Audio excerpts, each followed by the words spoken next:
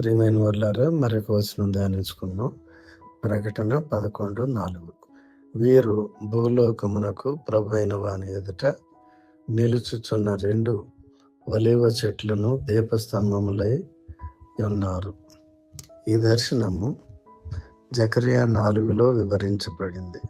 ఇక్కడ 2 ఒలీవ చెట్లు దీపస్తంభమునకు తైలమును అందజేశాయి. ఇవి దేవుని ఏర్పాటును మరియు అభిషేకమును సూచిస్తాయి. ఒలీవ చెట్లు అనగా సమాధానము, అభివృద్ధి మరియు పరిశుద్ధాత్మ అభిషేకమును సూచిస్తాయి.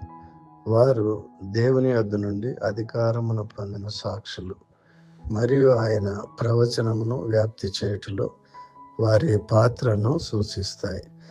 దీపస్తంభములనగా ఇది సంఘమునకు గుర్తుగా ఉంది మరియు లోకమునకు వెలుగుగా వాటి పాత్రను సూచిస్తాయి. 2 దీపస్తంభములు ఈ సాక్షుల ద్వారా ప్రకటించబడుతున్న దేవుని వెలుగును మరియు సత్యమును సూచిస్తాయి. ప్రభువైన యేసుక్రీస్తు వారు మరియు మీరు సర్వలోకమునకు వెళ్ళి సర్వ సృష్టికి సువార్తను ప్రకటించమని సెలవిచ్చారు. మార్కు 16:15.